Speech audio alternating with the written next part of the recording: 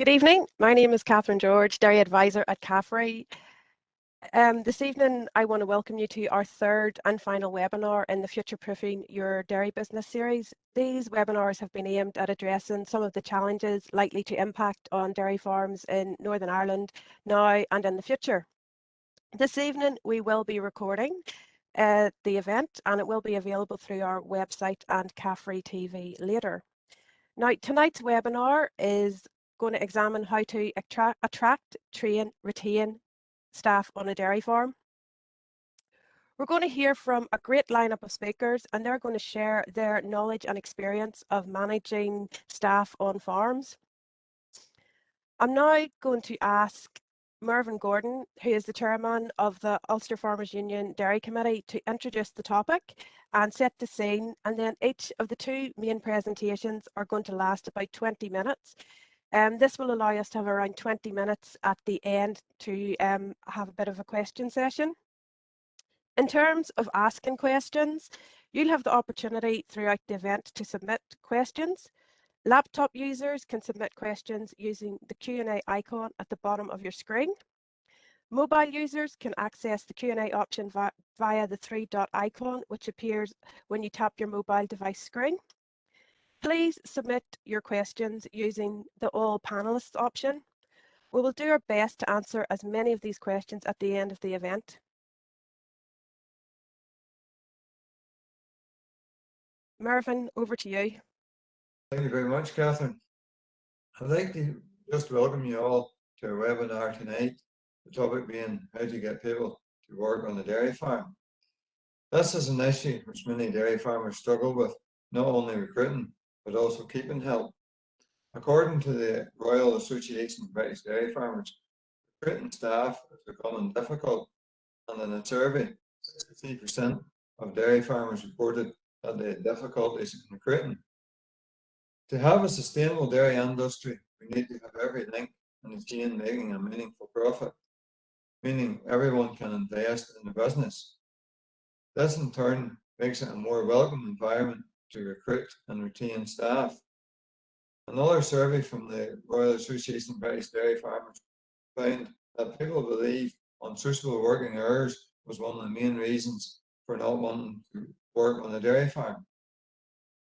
The lack of appeal in the sector is further evident in a YouGov survey carried out in 2017, which found that only 5% of UK citizens would consider working on a dairy farm. Businesses are already working more creatively to recruit domestic labour, but there must be an understanding that some of the solutions, such as improving rural transport, providing cheaper rural accommodation, lie outside the dairy farmers' control. Investing in automation has been high on the agenda. For many sectors, automation is not a viable replacement. In dairying, automation, whilst valuable, cannot replace the flexibility, dexterity, and judgment of the human workforce. On a dairy farm, help can make or break the business. There's only so much work one person can do. And if the pandemic has taught us anything, that is important for us to protect mental health and getting a good work-life balance. So that leads me on now to look forward to hearing our speaker's topics for tonight. Thank you, Catherine. Thank you for that, Mervyn. I think there was some interesting stats there in terms of the 5% of folk who wouldn't want to work on a farm. So hopefully after this evening, when we hear from our speakers, we'll have some ideas how to bust that. Right, just to introduce our next speaker. Our next speaker is Marion Beecher. She is a researcher with Tugus based in Moore Park in Cork. Tonight, Marion is going to discuss her current labour productivity research programme, and this aims to make dairy farms attractive places to work for all those involved in the business. So I'm happy just to hand over to Marion to share with us her findings this evening. Perfect. Thanks, Catherine. So just while I'm waiting to share my screen there, just a huge thank you to yourselves for inviting me to speak here this evening. And I think Mervyn has done an excellent job in terms of kind of setting the scene and showing how important I suppose people are to the dairy business, because we can do everything. You can have the best stock, you can have the best grass, you can talk about climate change all you want, but without people, we can't do anything. So I think, you know, it's a really key and important topic. And, you know, again, thanks very much for having me speak. So just to as the title of my presentation this evening is Improving Labour Efficiency on Dairy Farms. And I'm going to talk to you about our research programme in Teagasc. So this is all, I suppose, stems from the People in Dairy programme. So back in 2017, Teagasc did some work with developing a report which highlighted, I suppose, the requirement for about 5,000 people to come and work on Irish dairy farms. And I suppose that was highlighted as a significant challenge going forward at that stage. And that led on to the 2018 People in Dairy Action Programme, which led to the People in Dairy Programme. And I suppose that action plan focused on 6 main areas. So area 1 would be labour availability, so trying to attract and recruit people into the industry, be it from Ireland or abroad, or people from farming backgrounds and non-farming backgrounds. Area 2 then would be looking at labour efficiency, which would be my area of specialties, and also area 3, which is people management skills. So looking at how we can make farms more labour efficient and how we can progress and improve the skills of the people working in the industry. Area 4 then again, as I said, leads on to that in terms of training, so upskilling those working in the existing sector, and also to train, I suppose, those coming into the industry as well. So it's varying from those starting off in their careers to those who are in the latter stage of their careers as well. So it's training for everybody. And then I suppose Area 5 identified that succession and progression within the industry were key requirements, and was something that really needed to focus on in terms of, I suppose, attracting people into the industry, but also sustaining and retaining people, and ensuring that we have viable farm businesses into the future. And then the last and final area was in terms of the promotion. So this is around, you know, promoting that dairying is a great industry to work in, and looking at, you know, highlighting awards such as the Grassland Farmer of the Year and the Milk Quality Farm Awards of the Year, etc. And I suppose this was unique in that it was a collaboration with not only Teagasc, but it was industry partners. So the Department of Agriculture were ones leading it, but it also involved farm organisations such as the Irish Farmers Association, etc. And I suppose, as I said, key to that was in terms of the research, the training and resource development, attracting new entrants, and succession and progression toward the industry. So I suppose then, in terms of my own research and and talking about labour efficiency on farms and the people on farms, I suppose the background to it is, you know, the Irish dairy industry had seen an increase in milk production prior to 2015, which was with the removal of EU milk quotas, which allowed the farmers to expand their business for the first time without issues. And I suppose this led to big structural changes on farms. And I suppose this structural change meant that a lot of farms got bigger, and which meant there was an increased demand for workers. Which I suppose simultaneously we've seen that there's been a declining availability of both skills and people to work in the industry. And I suppose that's not uncommon, and not only in Ireland, but it's a worldwide shortage of people to work on farms. And I suppose now we're seeing it in other industries as well. And I suppose this meant that, you know, farmers were taking on more work, which is leading to, I suppose, farm safety issues. And I suppose the other thing is that labour is one of the highest costs on farms. After feed, it's the second highest cost. And I suppose Irish dairy farms in particular are highly dependent on unpaid labour.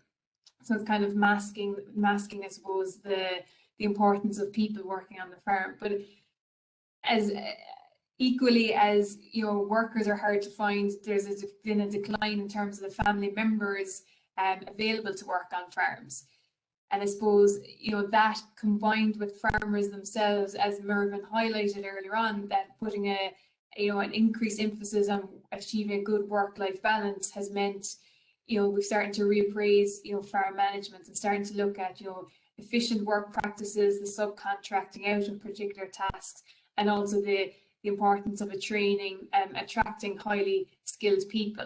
And I suppose that all, leads into the background of our research program at Teagasc and at Moorpark, in terms of trying to improve labour efficiency and also the working relationships on dairy farms, with a view to make them great workplaces for not only the farmers but the people who work on them, with the family members, part-time, full-time staff or contractors. So it's interesting to hear Mervyn's stat about the number of people who are not inclined to work on dairy farms, and, you know, highlighting the unsociable hours of as a barrier to working on dairy farms. And I suppose that really tallies up with some of the survey work that we've done with ag science students. So we would have gone out and surveyed over 500 students who are secondary school students, so between the ages, I would say 15 to 17 years of age, who had chosen to study agricultural science as part of their leaving certificate, so as part of their senior cycle. And we asked them what their opinions were of dairy farming. And similar to what Mervyn's study showed, we found that they viewed dairy farming negatively because of long hours, poor pay. They viewed it as a physically demanding job that required hard or really hard work with a really poor work-life balance and for no extra financial reward. And I suppose compared to other careers. And I suppose in some ways it's not surprising that their views of dairy farming is like this when we see in the media, particularly highlighting, I suppose, you know, these few articles about, you know, burnout, you know, working night and day, not getting paid, and then, you know, similarly farmers facing labour shortages because of poor pay and employment law breaches. So I suppose, you know, as I said, it's understandable in some ways that that these students are viewing dairy farming careers negatively, but I suppose that the challenge then is that we need to address those concerns. And I suppose there was also some highlights and positive aspects of dairy farming that we and farmers need to highlight in order to attract them. And that was that, you know, students view dairy farming positively in terms of being able to work outdoors, have a healthy lifestyle, and work with animals. So I suppose it's just a case about, you know, minimizing and reducing down the negative aspects, and I suppose highlighting and promoting the positive aspects. So then in terms of other work that we've looked at in terms of attracting people to a job in dairy farming, and what are prospective employees looking for in a job opportunity on a dairy farm, there was a number of different things that they were looking for. From regular hours, which was leading into, you know, having rosters on farms with set start times and very set finish times. They were looking for training, so they wanted to be upskilled and develop skills within their job. A fair wage for a fair day's work, and I suppose this would tally up with other research that would show that, you know, while money isn't a good motivator for people working on farm or anywhere, it can be a demotivator. So if people don't feel like that they're not getting a fair wage for their fair day's work or for their skills, then they will become demotivated. But equally, we hear people saying, oh, we can't attract people because we can't pay them enough. That's not necessarily the case either if we can provide other opportunities such as the regular hours or the training, reward and responsibility, and good facilities. And I suppose, you know, nobody sets out to do a bad job or a bad day's work. I suppose they're just looking for these aspects within a job. And I suppose key to all of this is, you know, that prospective employees are looking for three things really. Mastery, so to improve their skills and develop themselves. They're looking for autonomy, so that's reward and responsibility, so giving them an area to improve on, and a purpose. They're looking for a purpose to their job and to value. And I suppose key to all this is good communication, and I think the next presenter, Joe, will probably touch on a lot of these things as well. But I suppose going back to, to the previous slide and this slide, the importance of good facilities, regular hours, set start and finish times, this all leads into having, labor efficient practices and technologies out on farm. So from our work that's been done over a number of years, we can broadly look at, the features of a labor efficient dairy farms, and we can break them down. And what we're seeing is that, on the whole, there's a couple of key characteristics. The first thing is that they're simple farm systems. So what I mean by that is that they're grass-based systems, so they're maximizing the use of grass. They're compact calving, be it either in one block or in two blocks. Minimum number of enterprises, so as few groups of stock as possible. A suitable cow type, whether that's high EBI or crossbred. What we mean by that is basically an undetectable cow, so someone who's not getting sick, who's going back and calf every year, who doesn't stand out in the herd for all the wrong reasons. Good infrastructure and use of technologies in terms of grazing, so making maximum use of the cheapest feed resource on farms. Milking, which is the most time-consuming task on a dairy farm, and I'll come back to that later. And farmyard, so having really efficient and good farmyard layout in terms of in terms of designing yards so that they're laid out well in terms of movement of people and of stock. Finally, then good organisation and work practices and time management. So, and again, good communication will come into here. So this will be talking about planning your year, planning it on a month, and then planning on a monthly basis, a weekly basis, and on a daily basis. And look, dairy farming can be predictable on a yearly basis. We all generally know what time we're going to be, breeding, cutting silage, etc. So we might know the exact date, but we know broadly the period of time that is going to occur. And this is all dependent, I suppose, on good communication and good prioritization. So being able to pick out the important jobs. So then if we look at labour efficiency in terms of output per cow and what the relationship is. So it's often said to us that you can't be labour efficient and have good outputs. And I suppose this was some work that would show the opposite, and it would tally up with, again, some new research that we would have done 2 years ago that shows that dairy farms can be efficient, achieve high performance per cow, and achieve the key performance indicators for dairy farms while being labour efficient.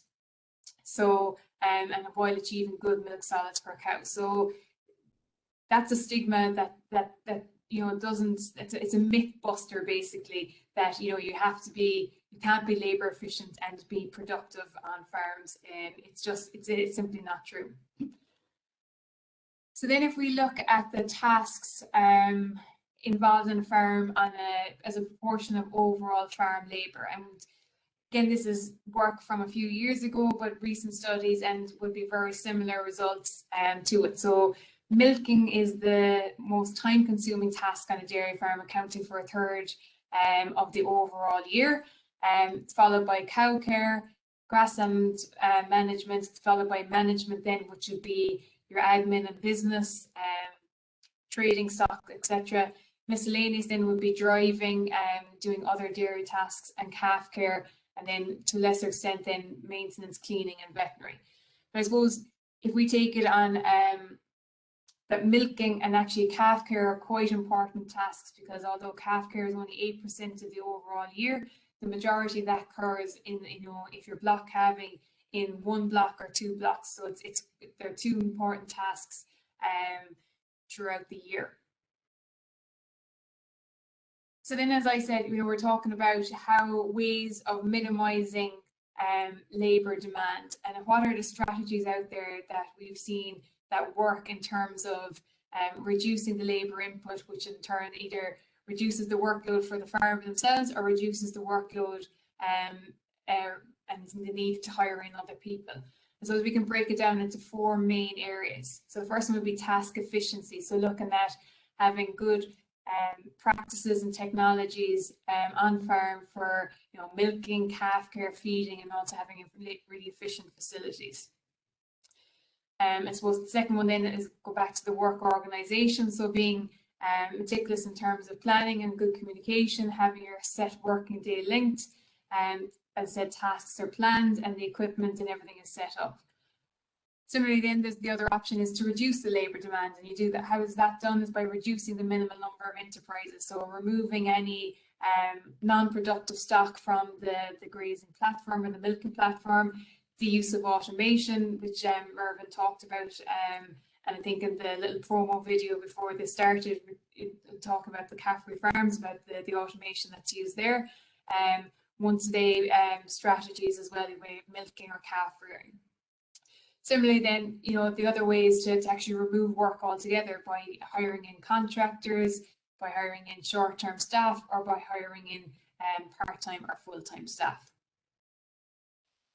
So then again, if we look at our most, I suppose, our most time-consuming task, and as I said, after milking, cow care is the most demanding task on a yearly basis or on a daily basis. And if we look at the research and what farmers are doing to minimise the amount of work related to cow care, you can see that the most efficient farms are feeding silage every day, and they've got fewer feed areas to feed out on.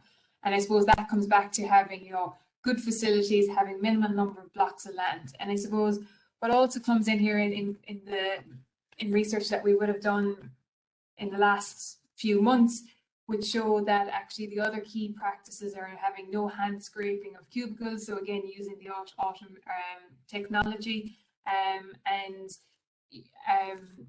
only liming dry cow cubicles once a day, so minimizing the work that way. Again, in terms of calf care, again, while it's only a small portion of the overall year, it's a hugely important task. And again, the most efficient farms had, you know, comes back to the facilities, having shorter distance to the calf location, practices, feeding colostrum using stomach tube, using an automatic calf feeder, again, turning out calves to grass to minimise the amount of housing, cleaning out and bedding, etc. Minimum number of enterprises, so selling bull calves when they can, and the contract rearing then, so removing the task completely. So then if we look at labour saving, and look, there are loads of ways to save time and strategies, and it's a real pick and mix approach. But I suppose the key ones that stand out in all the farms that we worked with when we've researched the labour efficiencies, that the most efficient farms are contracting out machinery or building work. They've no non-productive animals on the grazing platform. Again, as I said, they've had a simple system and adequate infrastructure, so good infrastructure, good facilities out on farm. And then to look at, you know, the facilities, you know, that means having adequate feed space, but also it can be the simple and basic things such as having, you know, functioning gates and machinery. And I suppose that's also a health and safety issue. And I suppose then the other aspect of it is, you know, organisation. So having a set working day length, which is often dictated by milking times, and in particular the evening milking, and then also having standard operating procedures. So having tasks that are listed with the steps listed, a set of instructions, so that anybody can come onto the farm and do it. So I suppose finally, you know, what we've seen from our research is that, you know, dairy farming can be an attractive career. You can increase efficiencies in many ways without increasing costs. And I suppose there are many options to reducing workload, and it's a real pick and mix approach. So it's about choosing the ones that work for you and not ignoring the ones that don't work for you. And I suppose there's a cumulative benefit for making small changes. So even though it might only save 1 minute in milking time, so those 1 minute per row per milking time, or even 5 minutes in the calf care, all those minutes add up, and when you can accumulate them over the year, it can make a huge difference. But equally, I suppose it's important that we put the effort into the right things so that can save you time in the wrong things. So it's important about prioritizing and choosing the things that you spend time on, and identifying where, I suppose, you can remove time without negatively impacting on your performance. So that's it for me. Hopefully I've kept roughly to the 20 minutes, Catherine, but just to thank everyone for listening, and thank you for having me, and just to acknowledge, I suppose, all the the farmers that are involved in the research, and also the funding that they give us to do the work that we do. Thank you very much, Marion, for that. I think there's definitely lots of things that people can take out of what we've just talked about there, in terms of just simple things that we could save time on farm. I think now just a quick question I'd like to follow up on. You talked about what prospective employees were looking for when looking at jobs. You talked about rewards and responsibilities. Can you actually just tell us a bit more? What would you be suggesting in terms of rewards and responsibility? That's a really good question, Catherine. Thanks. So it really comes back to knowing your staff and talking to your staff, because everybody will be different. So in that piece of research that was done, it was with students who are trainee farm managers who are wanting to progress and develop onto their careers.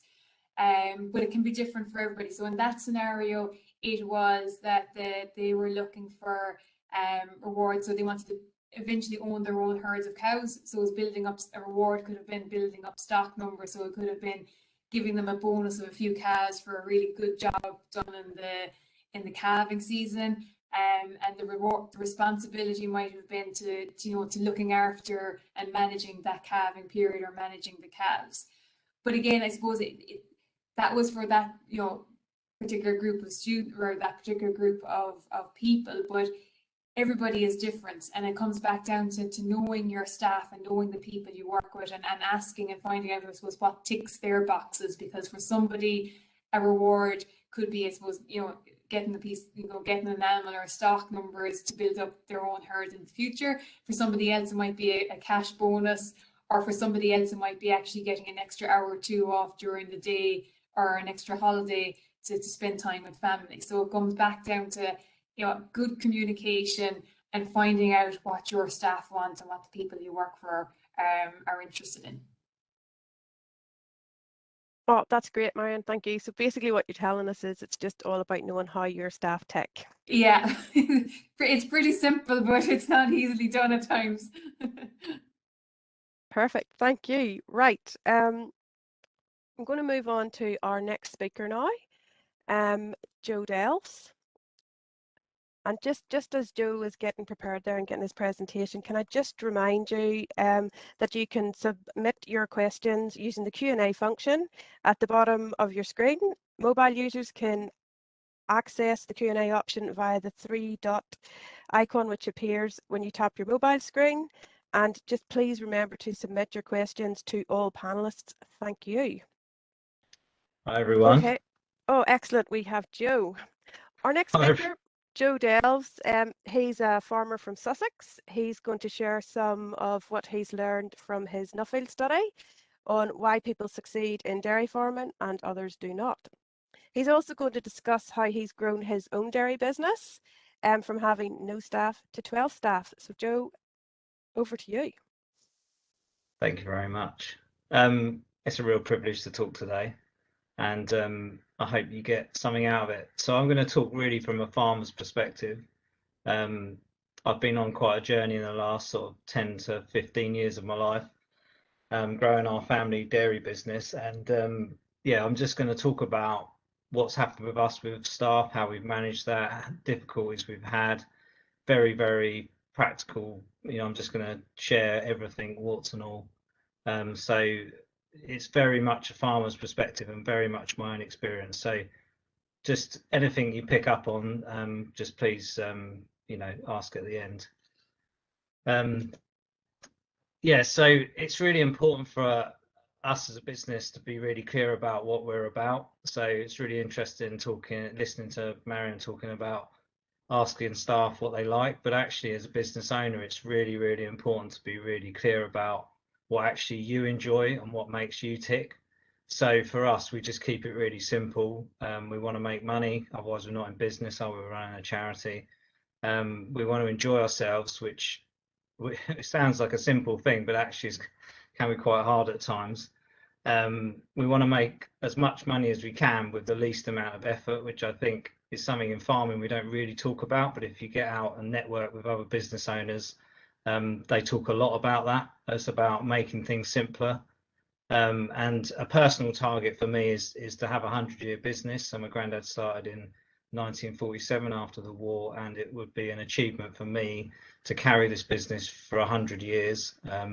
So that's just a personal goal. I was very, very lucky to be born into the family I was born into, as a third generation dairy farmer now. My father, who stood there, I'm trying to work out how it works. He'd be on your right, yeah, the right hand side, the older looking guy. He was second generation, and I was doing other things, and we sort of had a conversation about the farm and where it was going and the future of the farm. And we decided, you know, out of all my siblings who are there with me and my wife Becky, that I should do the farm, I should carry the farm on. So it was really lucky. We've always been a family that can sit down and talk, and that's definitely given me an advantage. So basically in 2005, at that point when I talked to my father, I had a building company. We were actually employing about 10 people then in the building company.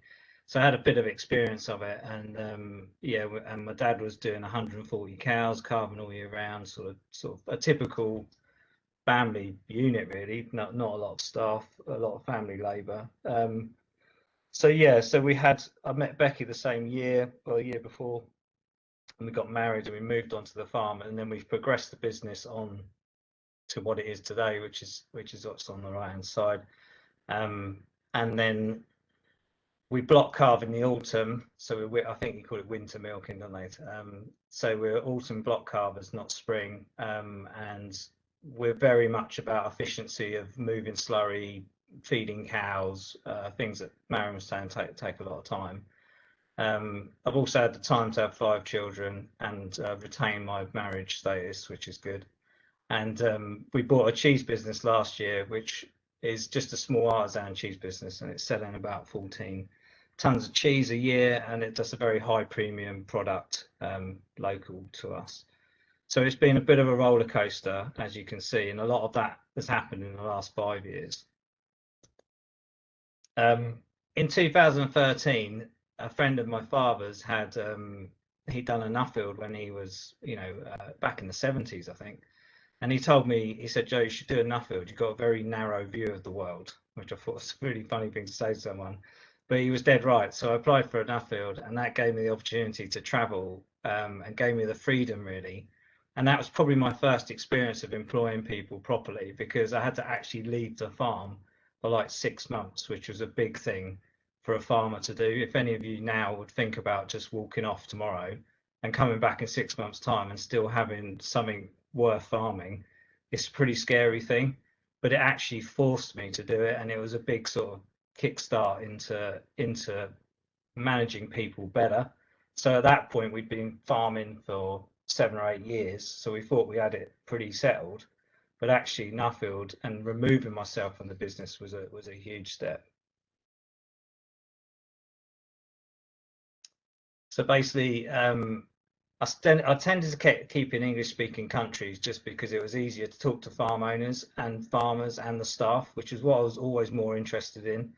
I like cows, but you can employ people that love cows. But I enjoyed, meeting people, and I really enjoyed those conversations that were just completely off the record. I enjoyed asking staff about what they thought of their boss when the boss was making me a cup of tea in the tea room, and just trying to get everything out of people. But the vast scale of farming around the world was unbelievable, and I was not ready probably to see that.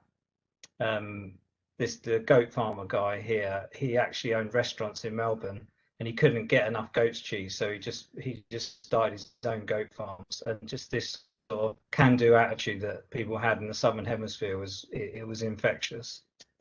At the time I was there, Tasmania was expanding. All you could smell out there was concrete. All you could smell was people pouring concrete everywhere. People were expanding, and Fonterra were building dairies, and it was going big. But the scale of it really sort of hit me in the face a bit, and trying to understand, how people did that with managing staff and all this sort of thing, and made it look relatively easy. I would say they made it look easy.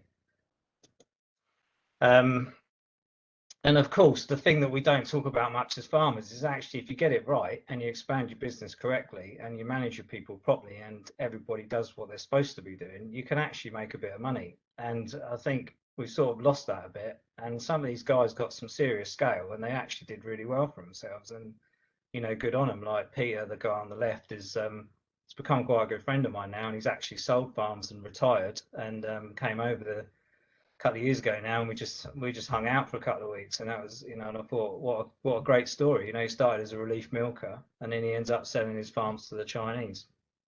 So there's these great stories which you don't really see in your locality.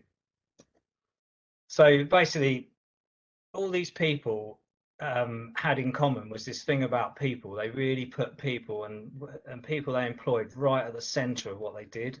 They're very good with the cows, but don't get me wrong, they really concentrated on the people.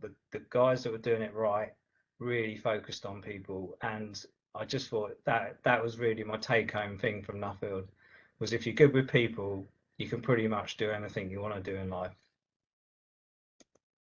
So I just thought about, you know, the sort of the three real hit areas that I've had in my life, which is, you know, the 3 points of friction, if you like, for me have been based around these 3 things. And I'm just going to talk you through them and tell you what has gone wrong and what has gone well. And then you can understand probably a little bit more about, because I came back from my Nuffield all guns blazing, ready to take on the world. And to be fair, we got kicked in the face a fair bit since then. So I sort of thought about it, and this is where I'm at. That photo there is actually self-feed silage clamps, which are very common on all our farms, which is a fantastic way of feeding cows. You don't move the silage; the cows just go and eat it, and they're peak yielding cows, so there's no issue with milk yield. So just to back up what Marion was saying about time efficiency. So if you start with yourself, I just think that's the most important thing. So if you begin with yourself, when you're employing people, you have to be really careful, because you know, people are actually quite interested in what you're about, and you need to be really consistent about what you're about. And I think that for me is always about what you're passionate about. And I know we ban that word around a lot, passion, but it's actually just the thing about what makes you push that 10% extra. You know, like what's the thing that just pushes you a bit further? Like my thing is, like today I walked on a farm and there was a bit of plastic laying on the floor, and I just have to pick it up. I just cannot walk past it. So that's like, I'm quite passionate about how our farms look and the sort of cleanliness of them, if you like, and you know, being ready for people to turn up all the time and that sort of thing. What you enjoy doing, so make sure the system you're doing is the system you enjoy doing. I think that's really important. I've met loads of farmers that are just farming the wrong system. They're, you know, they're block calvers when really they should be all year round, or they like high yielding cows and they got low yielding cows, or vice versa. And then interestingly, I always think, would you buy your own business? Is your business attractive enough? You're asking people to come and work there, but actually, would you buy it yourself? You know, like, do you look at yourself and think, yeah, actually, I want to buy my own business. I want to be part of that business. So I think that's really important. Being really clear about what you're about for us just comes into focus areas. So because we're block calving, it's relatively easy. The year goes into like 3-month cycles and we can go round and round. But if you read Jim Collins' books, he talks about a flywheel effect and trying to get our flywheel to spin. This is what our flywheel is. So in the middle is what we're trying to achieve, which is profit and lifestyle. And that's for everyone in the business, not just the farm owners. And then around the outside are all the things that we have to get, you know, have to do correctly to achieve the thing in the center. You know, our people focus areas are around personal goals and hours per cow. So if I talk to somebody who works on my farm and they haven't got a hobby, they haven't done anything interesting lately, I just think, well, you're working too hard. You know, like you're working too hard for me. If I talk to you and you've like gone away for the weekend, you know, you've achieved some, you know, you did a half marathon, you've done this, you've done, you know, I think that's cool. You're doing your thing and I'm helping you do that by employing you to give you money to do that. And so that's the thing for me is making sure that we're achieving those sort of people ticking that people box. Hours per cow is a really easy thing to measure. You can measure over a week, and then multiply it up, or you can do it over periods of time and multiply it up. We're currently about 18 hours a cow. That's what we're currently running at.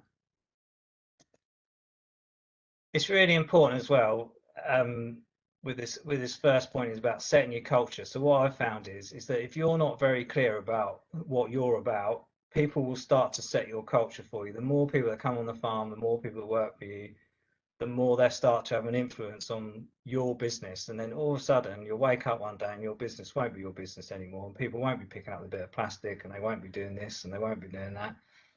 So I think, you know, it's really, really important that you set the culture. So what is right, what is wrong, you know, be really clear about that.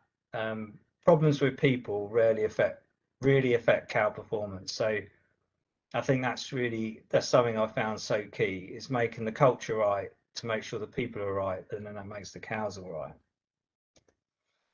right. My second point that I've found over the last, definitely the last 5 years, is being slow to hire, slow to fire. If you're thinking about hiring someone, you're probably working too hard already. Okay, you know, you're like, it's that far behind the curve. So if you think, I'm working really hard, I need to employ someone, you definitely need to employ someone. You probably should have done it 6 months ago.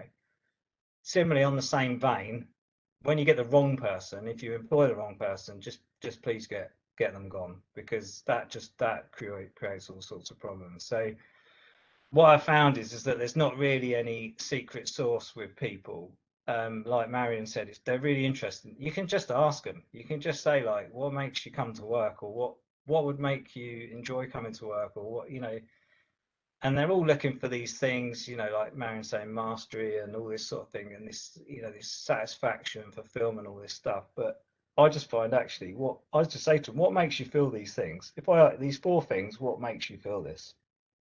And then trying to make sure that you are, you know, helping them to feel that, if that makes sense, because people are very sensitive around what they feel and how they feel. But there's no secret sauce. You can just ask them, you know. So you know, when you're interviewing people, you can just ask them this. It's a dead simple question. I think it's really important when you're hiring people to think much wider than your industry. So out of the 12 people that we employ, not a single one of them has come from a farming family. And we've almost got like a cultural thing now in our business where we sort of tend to attract people with no experience. And we've actually found that people with no experience are just far more predictable, which you would think is the opposite. So we found people with no experience, you just train them as you want. They learn your way, they do it your way, and then once they've got your way, then we might let them, you know, go off to discussion group and stuff. That's a bit of a joke. And then you know, try and help them to get a bit more experience. But that's what we found works, is basically, you know, my thing is that great can come from anywhere. I mean, some of the people we've employed have just come from nowhere. They've literally rung me up and said, I want to try farming, but my parents don't know anything about it. And I say, that's fine, just come for a day's work experience. And they've been there for like 6 years, you know. They're farm managers. So it's great. It's great when it goes well. On the firing front, which always feels extremely personal in a small business, is I just think you've got to be really black and white about people. So when they first come, you just got to be dead black and white and say, look, you've got 3 months probation. This is the agreed targets. You know, depending on their experience, we just set a target for each month.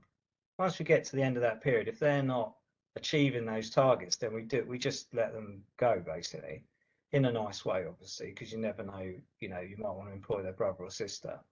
So I always think, trust your gut. You get a really good feeling about people, and you get it pretty quick. And that's my thing, is like, they either hit the targets or they don't. So yeah, trust your gut. Don't be scared. You know, as long as you stick to your employment laws, don't be scared to say to people, this isn't working out for us.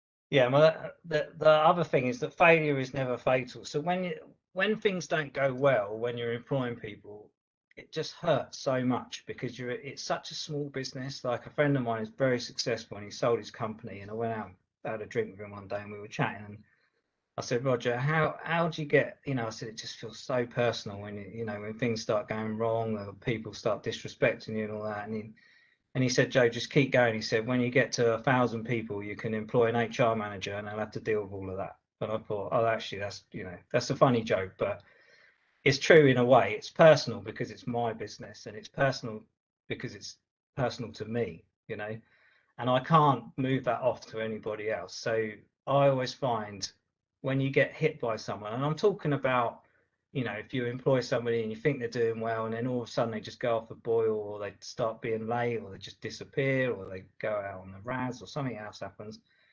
It just hurts a bit when people let you down. But I think when you dig down a bit on it, it's normally 9 times out of 10 got nothing to do with you and nothing to do with work. So I just say to people, if you fall down 10 times, just get up 11. If you're going to employ people, you're just going to every now and then have a problem.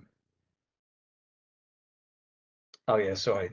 And at the bottom there, it says, enjoy people. Without them, life would be boring. And that is so true. That is just the truest thing about that. It can be good fun.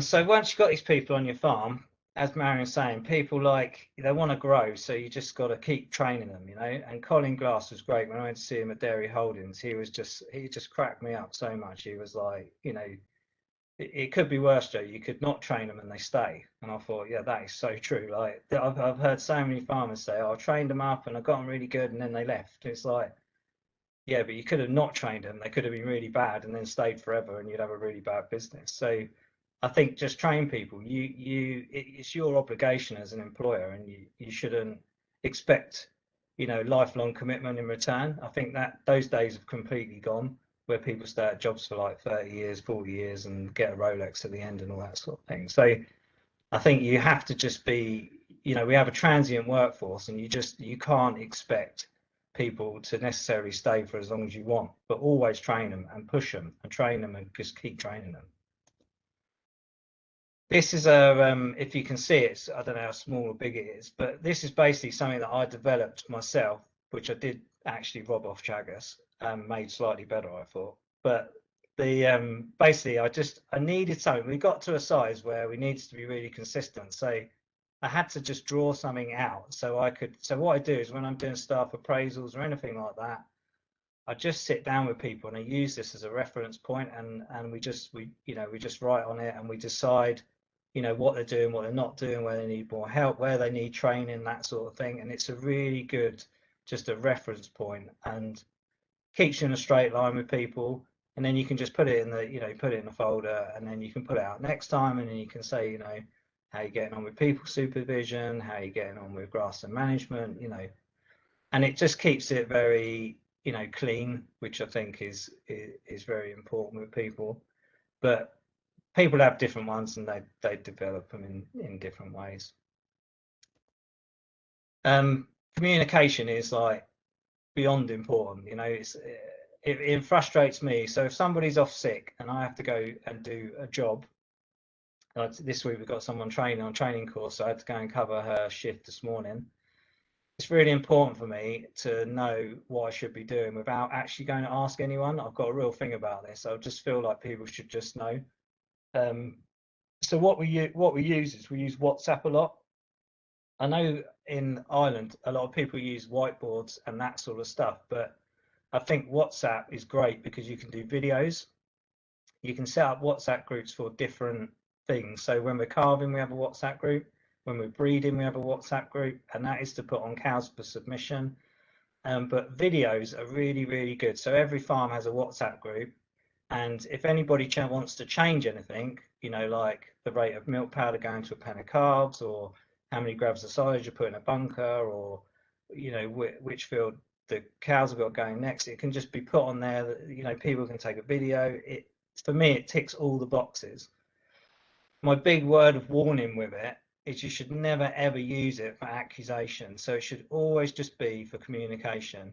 So when I say about accusation, it's when people take a picture. So this morning, if I'd seen that rubbish on the floor, taken a photo of it, put it on the WhatsApp group and said, pick up your rubbish, or who left this here, that is accusation, and it's not for that. You have those conversations face to face if there's a problem.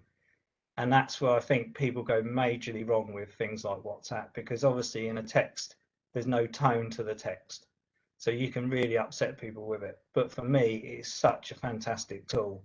And I've got some classic videos going on, like how to cross the cows, you know, stupid stuff like when you're teaching people and they put the power box on the electric fence, the brake fence, and they put the green earth clip on the wire and the red power clip on the earth peg, you know, because they've never even seen a box before. It's just things like that. As a farmer, you just assume everybody knows that the green goes on the floor and the red goes up, but actually people who've never been on farm before, they don't know, and all they don't want to keep asking, they just want to look and go, oh yeah, okay, I know how to do that because it's on here. So I think it's a great thing if you use it correctly, but also just really simple systems. The simpler you can keep your farm, the easier it is to retain people and empower them and help them to grow, because they will just feel like they can do it themselves and they're not asking all the time, which I think is really, I would say, is probably one of the key things on all our farms. People don't want to keep asking, how do I do this? How do I do that? They just want the information. So basically, to conclude, I feel like that's been a bit of a whirlwind, but to conclude, go back to the beginning. Always start with yourself. You know, why are you farming? Why are you employing these people? Why are they working for you? What are they actually helping you to do? What are they helping you to achieve? Train people, just train them all the time. Like we've got a girl, she's come from us, she's only been with us 16 months. She's never worked with cows before. This week she's doing her AI course. It's probably a year before we'd normally put someone on an AI course, but she wanted to do it. So that's absolutely fine. You just go and do it. You know, just keep pushing people, especially if they ask. Communicate, and don't just communicate for the sake of communication. Communicate because it means something and it's important. I always think of my grandparents were just so fantastic at having a cup of tea at 10 o'clock. Everybody was there. As kids, that's how we grew up. All the people were there who worked on the farm, and I just thought actually they were the masters of communication, because every day it was like mandatory that you had to go and have your cup of tea, but actually you were told everything that was going on the farm. And we've definitely got away from that as we've got probably more efficient systems and less people. Well, actually our communications become worse. So try and be better at communicating. If you fail, keep trying, because if you stop trying, I don't even know what that looks like. You know, if you stop trying, you just stop, don't you? And just above all else, just make sure you're enjoying yourself, because I've found it hard, especially this last year has been quite tough. Last 2 years probably, as we've expanded onto more farms and we've had you know, a cheese business and stuff. Make sure you're actually enjoying it, because you can get a bit caught up in it, and you know, it's good to stop and reflect. So that's all I want to talk about. If you've got questions, then we can do that now. That's great, Joe. Thank you very much. We're going to move to the panel now for some questions, and thank you to everyone who sent questions in. If you have any more for Mervyn, Marion or Joe, please send them in fairly shortly, so we'll try to finish as near to 9 as possible. You can see the panel members on the list. I just ask that you send your question to all panelists, please. So I just want to pick up with Joe there. You mentioned a figure of 18 hours per cow. Can you just unpack that a wee bit more and tell us a bit more about that? Was that per cow per year, or what was the KPI? Yeah, so basically it's the total hours worked of each person on the farm, and then just divided by the cows. And then I mean, you can go into it further. You can do you can divide, once you've got the hours, you can divide it by milk solids, you can divide it by what we call CFP, which is a comparable farm profit, or an EBITDA profit, if you like. And profit per hours worked is sort of something that we probably look at, you know, a bit on the side. But it's something, unless it's like anything, if you don't measure it, you'll never know, will you? So the best thing to do is to just try and measure it first. And if you come out with some crazy number, I think when we first did it, we were about 30 hours a cow or something. So we've really driven it off, So that's been, a number of things, system changes and all sorts of things. But our labour efficiency basically is 1 full-time equivalent per 100 cows. That is our labour efficiency, if you like. Everybody's doing around 1,800 roughly hours a year. So that's how it's working. Mm-hmm. Perfect. And just, you talked about WhatsApp and how you communicate via WhatsApp. This is, I suppose, really around, obviously everyone uses a mobile phone. How do you find managing your younger staff in terms of their phone usage, and what do you find is acceptable? Yeah, so basically, if an antibiotic cow goes in the tank, it'll probably be because they've got their phone in the milking parlour. So I've always left my phone out of the milking parlour. I expect them to do the same. If they don't, but I can't really police it, I suppose. But I tend to just. What is good about phones is they're getting really expensive and they're getting really technical. So they're not like the old Nokia phones where you can drop them in a drinking tank and they still ring. So actually, they as much as they have them on them, they don't really use them a lot of work. If people are working, then they're at work. And I think culturally, we don't really have them on us. But I wouldn't recommend people have them in the parlour and stuff. That's my recommendation. But some of them are working on their own on a 200 cow unit, are quite a long way away from anybody else. So it would be good if they had their phone on them in the parlour in case they got hit or something happened. So it's a balance, isn't it? I think it goes back to respect. What's respect? Yeah, so does that sort of fall into your culture of honour then, Joe? Yeah. Just what the expectations are? Yeah, just be an adult. That's one of our, just be an adult. Mm-hmm. Great. I just want to move on to Mervyn there, actually. Whenever you were talking at the start, do you think, what sort of assistance do you think could be provided for farmers here in Northern Ireland to help with difficulties in recruiting staff?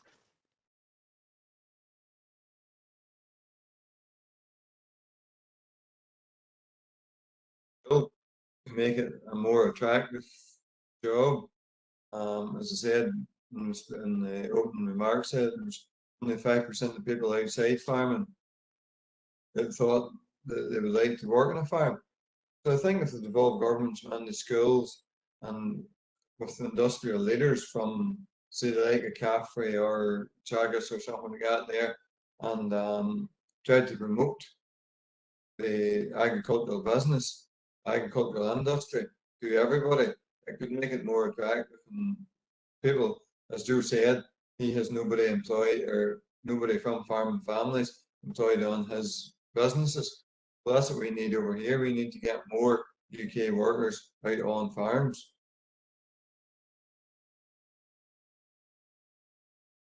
That's great. Thanks for that, Mervyn. I'm just going to move on to Marion. A few questions for you. Have you got any tips on how to prioritise daily tasks, in terms of a framework of how somebody can manage that on a day-to-day basis? There's a couple of different things. I suppose it's about looking at the different tasks that need to be done and identifying what's essential or what won't happen. I suppose, sorry, I answered this very badly, but I suppose if you think about the different tasks that need to be done on a farm on a daily basis, so we'd say take milking, selling stock, fencing or whatever, and I suppose there's certain tasks that absolutely have to be done every day on a dairy farm. Milking is one of them. So I suppose around that, then you have to plan and organize your time. So then you know how much time you have between those milking intervals, and then it's about allocating, what job needs to be done on a daily basis or on a weekly basis, and then looking at what's coming up and kind of planning. I think it all stems back to Catherine about taking 5 minutes or 10 minutes at the end of the week or at the start of the week to look ahead and see what's coming up, and depending on the time of the year, the weather, etc., will dictate a lot of it. But also what's important, and it goes back to Joe's point about what's your business about and what's important for you. Great, thanks, Marion. And just staying with you. You mentioned outsourcing in terms of hiring staff. Is that more common than the farmer actually recruiting staff themselves, using somebody else to do the job for them? I don't have any figures to say whether it's more common or not. I suppose it's what we've seen in our research is that farmers use a mixture of things depending on farm size, number of cows, etc., and where they are. In general, farms, we've seen contract a lot of the machinery work out, particularly I think in the last year with new regulations. A lot of the slurry spreading has been completely contracted out. Silage would all be contracted out. And then there'd be certain tasks, I suppose, that would be more traditionally done by I suppose, farm staff or family members. So it depends on the scenario, and it depends on the person and who's available. But I suppose I think it goes back to Joe's point as well about the days of people staying on a job for once they leave school to for their life. And I think we have to start thinking about the people that work on our farms a bit differently, and start thinking about, rather than hiring in maybe one full-time person, that perhaps maybe we can bundle work packages together and hire in multiple different people to make it easier to attract people. So rather than looking for a full-time person that can do every job on the farm, that maybe we get someone in to do calf rearing, and maybe we get somebody else in to do the milking, or somebody else in to do the grassland management. So I think it's about thinking about the work a little bit differently and seeing what options are available within the area that you're living in as well. Perfect, thanks. And just really keen to hear about how important do you think it is, the farmer's attitude in terms of attracting and keeping staff? Is that for me, Catherine, or yes, for Joe? Marion, sorry, yep, that's for you. Well, Joe, you can answer that too after Marion. To be honest, I think it's absolutely critical, because if you start off with a bad attitude to hiring staff, then no one you will hire will meet your expectations. And it goes back to Joe's point, people are interesting and people are fun, and I suppose it goes back to you wanting to work with people rather than you needing to work with people. And we've seen it in our research and the farmers that we work with, that there are some farmers have no problem getting staff because they see even the downside of, the potentially negative of someone leaving to move on to another job can be a really good brand advertisement for themselves, because as Joe said, it'd be worse if they stayed with them because you have a bad business. But actually having someone leave and moving on to a better job or something else can be a really good advertisement for your business, because it shows that you're willing to train somebody up and let them move on and they move on to a bigger and better opportunity. So you almost don't have to advertise or look for staff, because they'll want to come to you. So a farmer's attitude, your own attitude is, it starts with you. It goes back to everything. It starts with yourself, and it's absolutely critical. Perfect. Joe, have you any other comments there?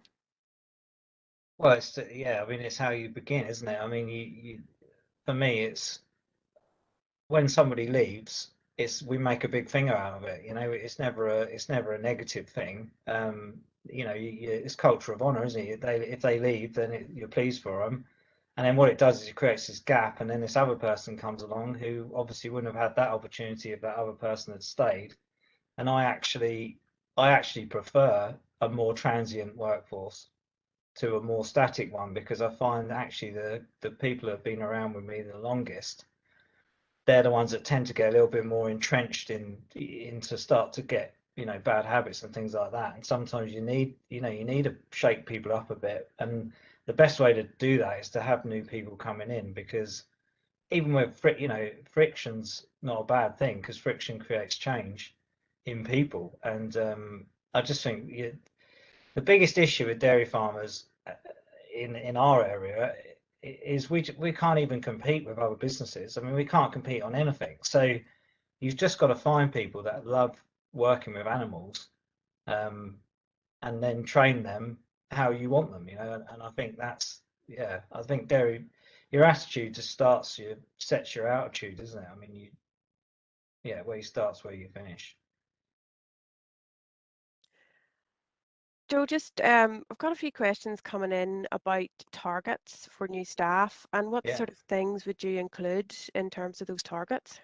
Yeah, so bear in mind that we employ people with no experience. So this might sound a bit like you might laugh out loud. So basically, we're very fixated. It's a very simple system. So every farm has a scraper tractor. We don't have any automated scraping, and every farm has a milking parlour with ACRs. Okay, and we always have ACRs, because you can teach people to milk, put cups on, and then the machine will take it off. So you don't need to worry about that bit. Okay. So out of those two sort of standard things that we have on our farm, which try to make people's lives easier, if somebody comes with no experience, then we say to them, within a month, by the end of month 1, you need to be milking on your own. Okay, you need to be solo milking, so they can milk with somebody, but all our parlours are one person milking. So it's no good you leaving someone there for like 2 months with someone else. There's no efficiency there. So we just say to people that we know you've never seen a cow before in your life, but this parlour is really easy to operate. We just want you to milk on your own, put the wash through, by the end of month 1, and that's month 1. Then the scraper tractors, we actually buy hydrostatic driven scraper tractors. So you just have a pedal on the floor, push it forward, you go forwards, push it back, you go back, take your foot off, it stops. And that makes it incredibly easy to teach people to scrape up, because if they can drive a car, can definitely drive a hydrostatic scraper tractor. So by the end of month 2, we want them to be completing like the whole routine. So we want them to be able to push the cows up, scrape the yard, milk the cows, finish. Yeah. And then that is basically it. Once they've got that fundamental foundation, by the end of month 2, you've then sussed out whether they're, what their attitude is like, whether they're a positive, negative person, whether they're asking questions, are they asking questions that they want to learn more? So that's generally how we work it. So we're really, really strong about that at the beginning, because you've only got to the end of month 3 to say to them legitimately, this isn't working for us. Can you go? So that's how we do it.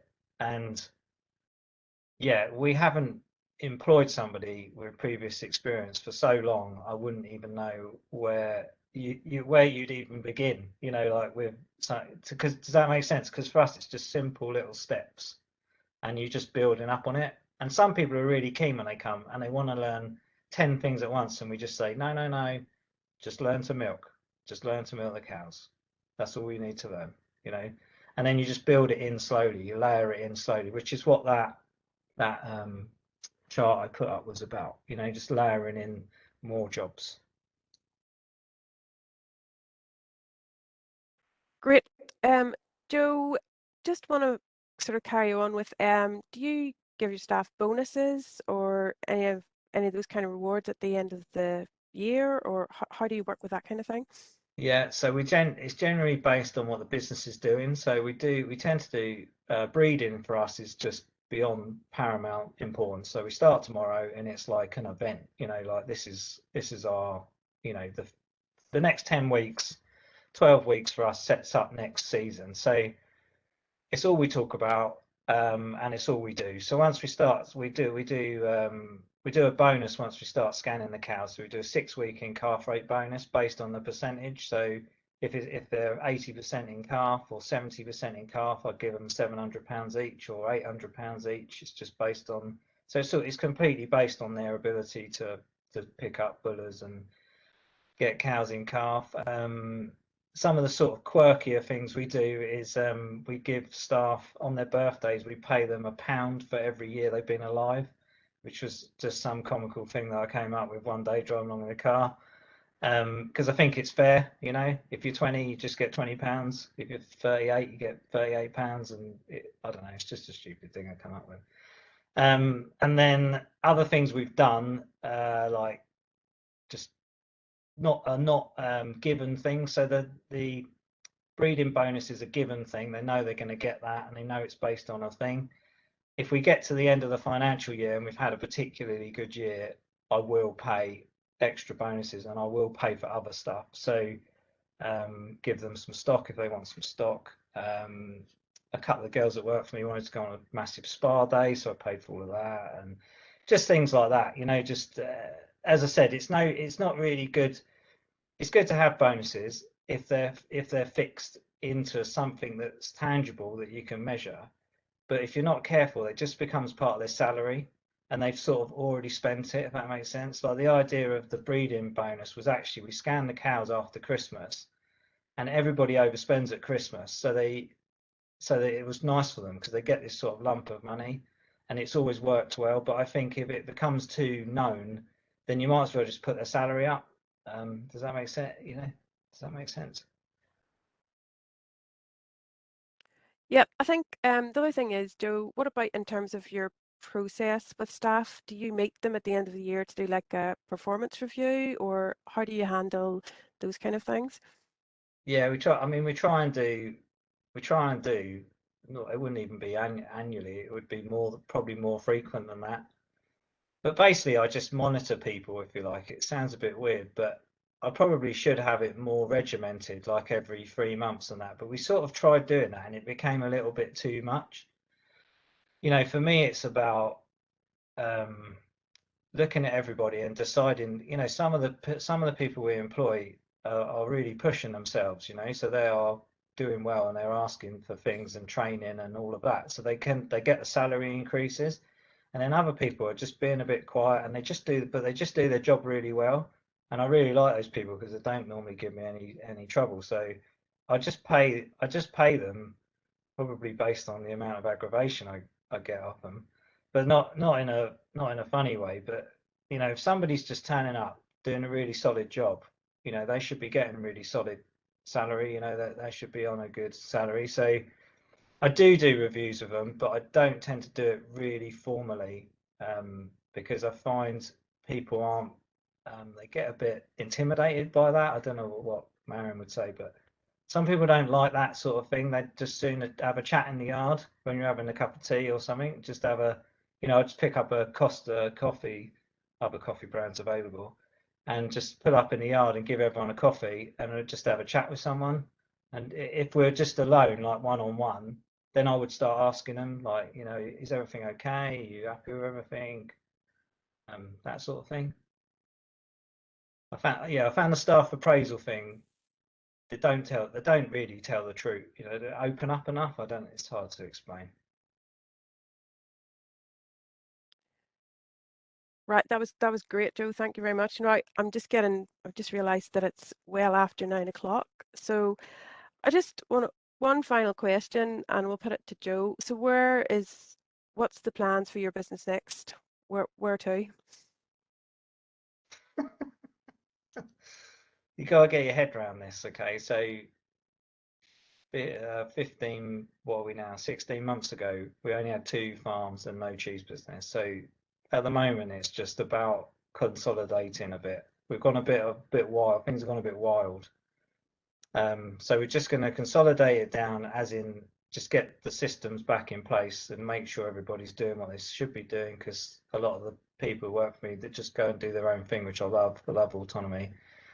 But just making sure that we're heading in the right direction. And then once we settled again, I think we naturally should just grow. Shouldn't have to put a lot of effort into growing.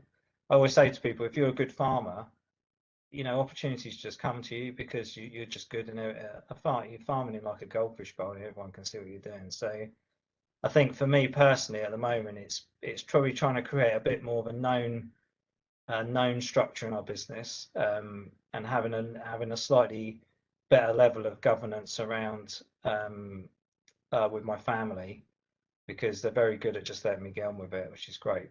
But you know, I am accountable to them. So yeah, for the next 12 months for me is about doing a lot of, I wouldn't call it boring work, but it's not as exciting as expanding. You know, it's just tidying up around the edges. So sorry, that's not, you know, I'd love to say 10 more farms and all the rest of it, but you know, we could be doing that. Could be doing that in 10 years' time, but who knows? Oh, that's fantastic, Joe. Right, I think we've pretty much managed to get through most of the questions, and it is after 9. So I'd really just like to thank all our speakers this evening, Mervyn, Marion, and Joe. I'd also like to thank the technical team who have kept this event moving so smoothly behind the scenes. And I'd really like to thank the audience for joining us this evening and asking so many great questions. So as I mentioned earlier, this event has been recorded and it will be available on CAFRE TV later on, as all the other webinars will be also. And since this is our last webinar in the Future Proofing Your Dairy Business series, I'd like to extend our thanks to our industry partners, the Dairy Council of Northern Ireland and the Ulster Farmers Union. Over the past 3 weeks, we've had excellent speakers and they've spoken on a range of challenging topics, and there's been a lot of thought-provoking questions from an engaged audience that we've talked about. So just to finish up, we have a short survey for you to help us to improve these events going forward. So once this event is completed, please do not shut down. The survey will appear automatically, and it's just a few quick questions that'll help us to improve. So thank you very much, everybody, and good evening.